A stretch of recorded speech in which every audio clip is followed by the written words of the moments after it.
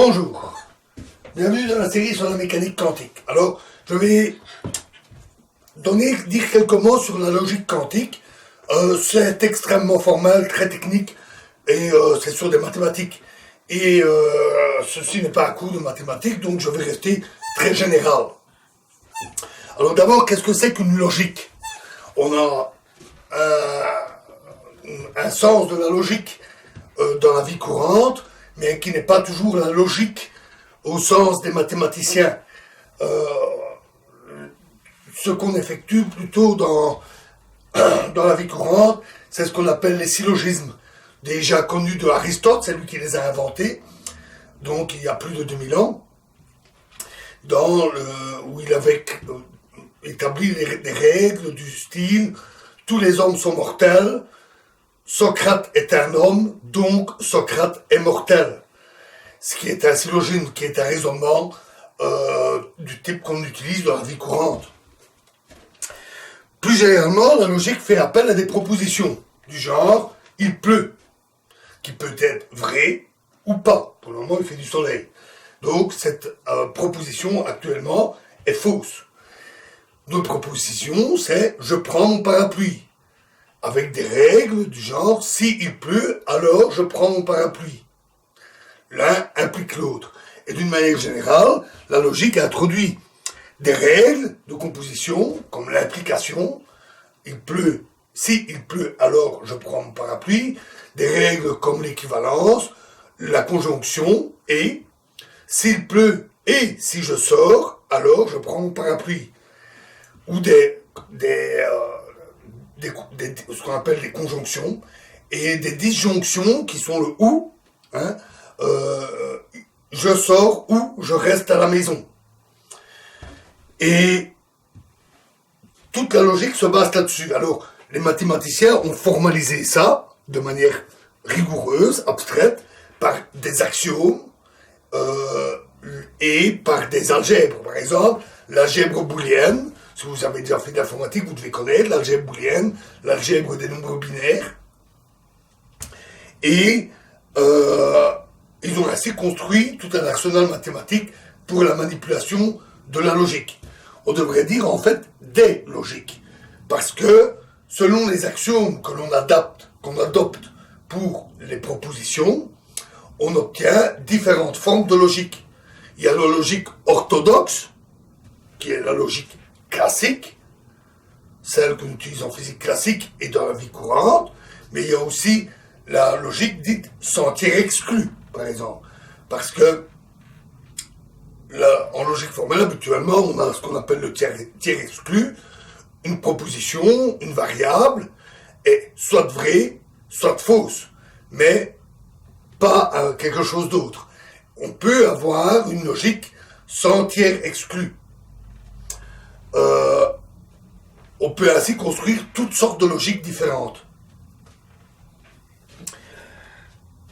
En physique et en mécanique quantique, on va avoir des trucs comme j'ai une propriété A, je mesure sa valeur, et on peut avoir une proposition du style la valeur de A est dans le domaine B. B étant un ensemble de valeurs possibles. Par exemple, les valeurs propres d'un opérateur hermétique, qui représente la propriété. C'est une proposition et il y correspond un projecteur. Par exemple, je mesure la position X et je dis sa valeur est dans l'intervalle 0 à 3. C'est une proposition et il y correspond un projecteur sur le sous-espace de Hilbert correspondant aux états où la position est entre 0 et 3. On a vu déjà ça avec le théorème de Malamud, où on avait P delta, qui est la particule est dans un domaine delta. L'ensemble de ces projecteurs, les projecteurs en mécanique quantique ont des structures assez simples. Ainsi, le carré d'un projecteur est égal au projecteur lui-même, et ses valeurs propres sont plus 1 ou moins 1. Plus 1 ou 0. Et donc, on peut dire les valeurs d'un projecteur sont vraies ou faux.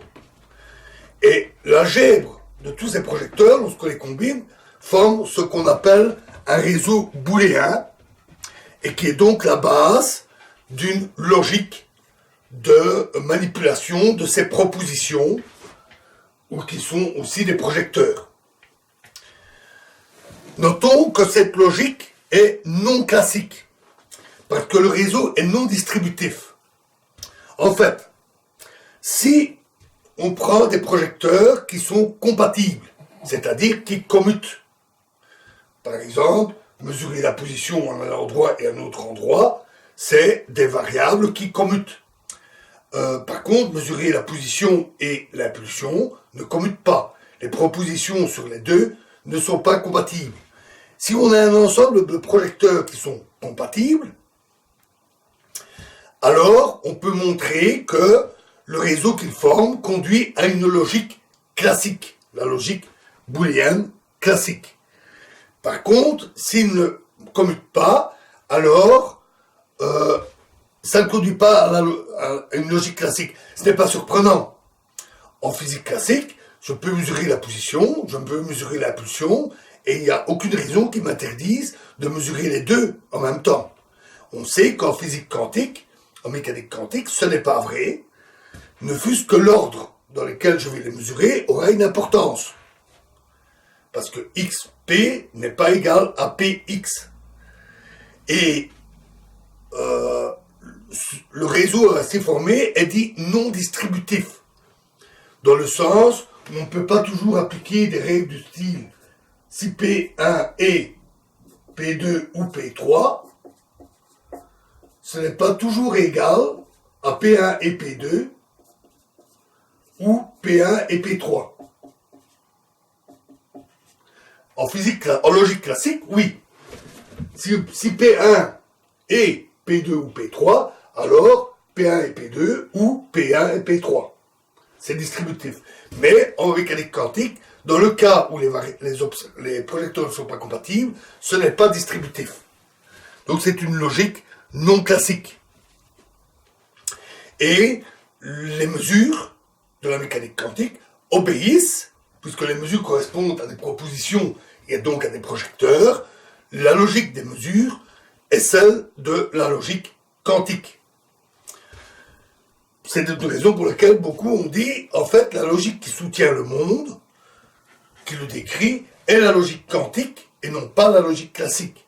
Et la logique classique n'en est qu'un aperçu, une sous-partie qui correspond aux observables commutants à la limite classique.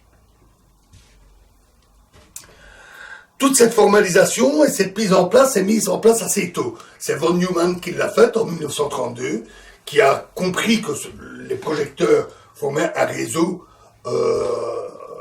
qui peut définir une logique. Ce qui est assez remarquable, c'est que ce réseau de projecteurs, leur propriété, la façon de combiner leur algèbre, ce qui est remarquable, c'est que ce réseau de projecteurs suffit à reconstruire totalement la mécanique quantique. On peut montrer que, à partir de ce réseau, on déduit le reste. Par exemple, les règles probabilistes pour les mesures. On l'avait vu avec le théorème de Gleason. L'équation d'évolution peut également se déduire de cette logique des propositions. Donc, on peut dire que la mécanique quantique est une théorie de probabilité non classique. C'est toute la base de la théorie. C'est un résultat assez remarquable. La logique quantique est beaucoup utilisée dans des interprétations, parce qu'elle fournit une base rigoureuse d'analyse et de raisonnement. On essaie, par exemple, d'effectuer un plongement classique, c'est-à-dire, peut-on faire un lien entre la logique quantique et une logique classique? Parfois, quand on généralise la théorie des probabilités et les logiques, de tels plongements, comme on dit, plonger une logique dans une autre, parfois c'est possible. Mais il s'avère que dans beaucoup de cas, et même avec des exemples simples, ce n'est pas toujours possible, et avec la mécanique quantique, ce n'est pas possible. Par contre, on peut définir une logique dite semi-classique, et on peut plonger la mécanique quantique dans cette logique semi-classique. Et la semi-classique se plonge facilement dans une théorie classique. En fait, la semi-classique est une logique complétée. On a des observables supplémentaires qui ne sont pas physiques, qui ne font pas partie de la logique quantique, et de façon à garantir une telle structure. Les façons de faire sont nombreuses et peuvent conduire à différentes théories, comme la théorie de Bohm. C'est la base de beaucoup de raisonnements. Par exemple, les théoriciens ont pu montrer, nous l'avons vu, que la logique classique qui correspond ainsi est non locale. Donc c'est une théorie à variable cachée, non locale et contextuelle.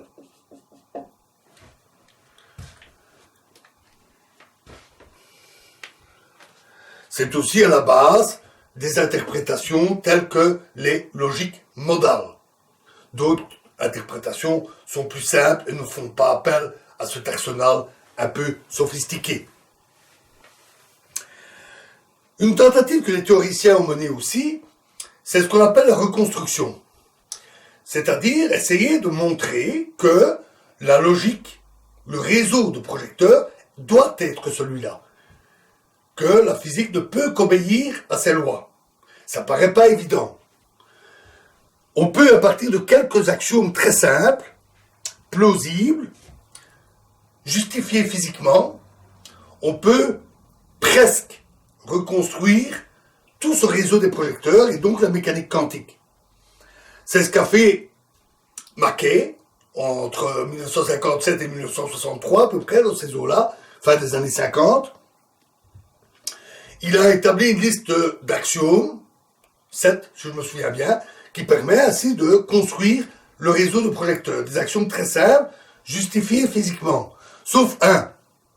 Un qui, à l'examen, semble un peu arbitraire.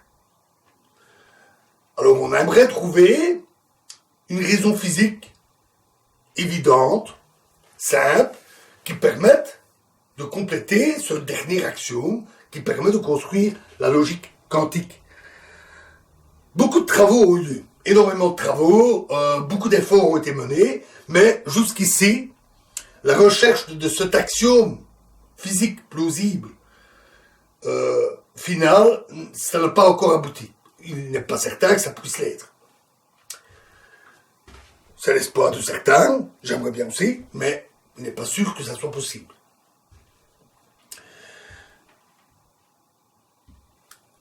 Voilà pour la logique quantique. Alors, l'intrication quantique, ces bizarreries que nous avons vues, tout ce dont nous avons parlé, nous n'avons pas encore résolu les mystères, nous avons simplement dressé tout le contour, toutes les frontières, ça nous a beaucoup appris sur l'intrication et ses propriétés.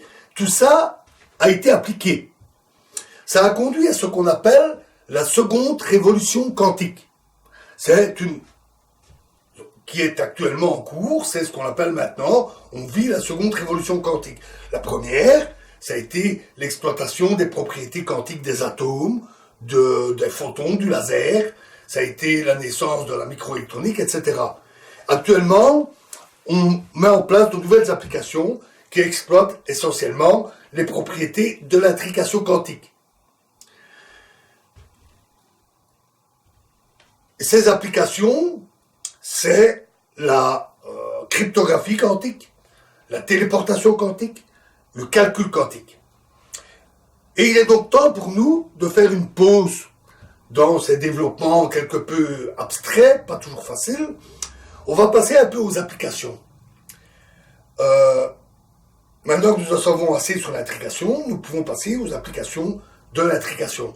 Et dans la prochaine vidéo, nous aborderons la cryptographie quantique. Je vous remercie.